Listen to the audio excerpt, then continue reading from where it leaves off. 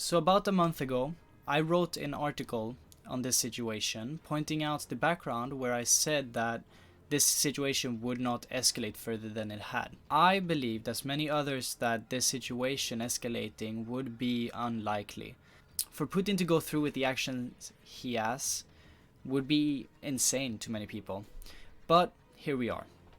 Now, I still stand by the points I made in the article because I still believe that there is a huge economical loss to Russia and a huge burden on the Russian people due to this war. Surely, keeping an army like this in another country has its economical consequences, as you have to re-budget into the army because those funds are dwindling. Keeping a 60-kilometer convoy of military supplies and hungry Russian soldiers is surely not cheap.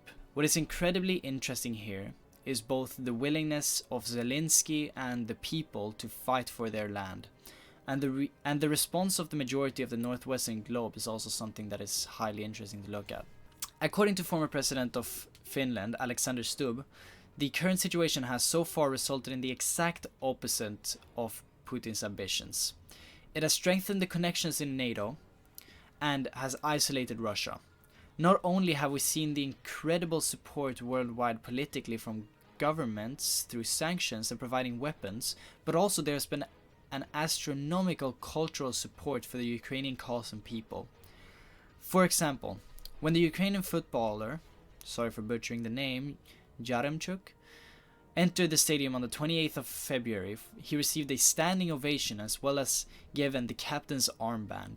A display that seemingly was so impactful as to move the player to tears.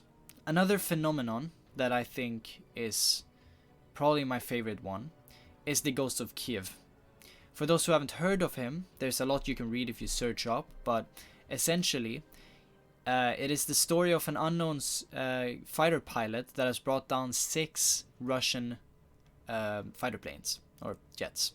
Now, this might not be true, but it has become sort of a beacon of hope for the Ukrainian people, and I think the phenomenon is incredibly powerful. Now, as Fusion Network is an unbiased network, we won't be stating whether we support either side because we trust you, the viewer or reader, to make that decision yourself. However, if we are to trust the evidence posted by non-Russian, especially Western news outlets, the scale is seemingly tipping to the side of Ukraine. But what I will leave you with is that to remember that both sides have an interest to be biased in this, and therefore implore each of you to be critical of the information you take in. Now we will be moving on to the sports segment of this episode of Fusion Stories, where we will be looking at the impacts of the Russian invasion of Ukraine on the sporting world. Many sports organizations have taken measures to restrict athletes from Russia and also Belarus in different ways, which could be seen as an attempt to bring out negative feelings towards the war from athletes and sporting organizations in Russia. One could argue that this will lead to more pressure on the Russian government to stop the war so that Russian athletes can participate in sporting events representing the country once again. We will now have a look at some major sports and how their governing bodies have decided to respond to the events taking place in Ukraine. Linking back to our previous sports segment, we will first look at tennis, where the International Tennis Federation on their website has stated that both the Russian and Belarusian tennis federations will not be allowed to participate in international team events, and any tournaments taking place in either of the two countries have been cancelled.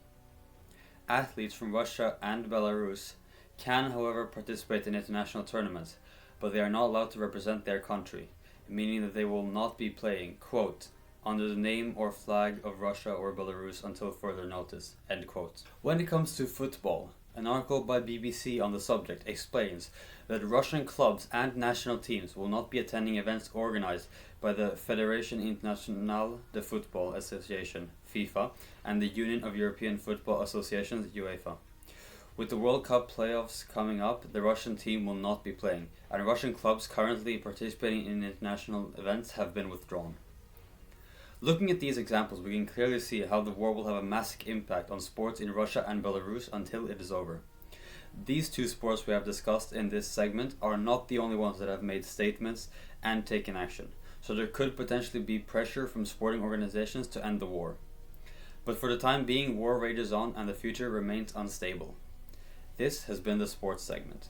Thank you for watching Fusion Network. For more information about Ukraine, visit www.fusionnetwork.org and read there, or you can read any other news about something that is not Ukraine. We post anything there, honestly. We wish for an end to this conflict and hope for the safety and well-being of all the people who are affected by this on either side. Thank you for watching.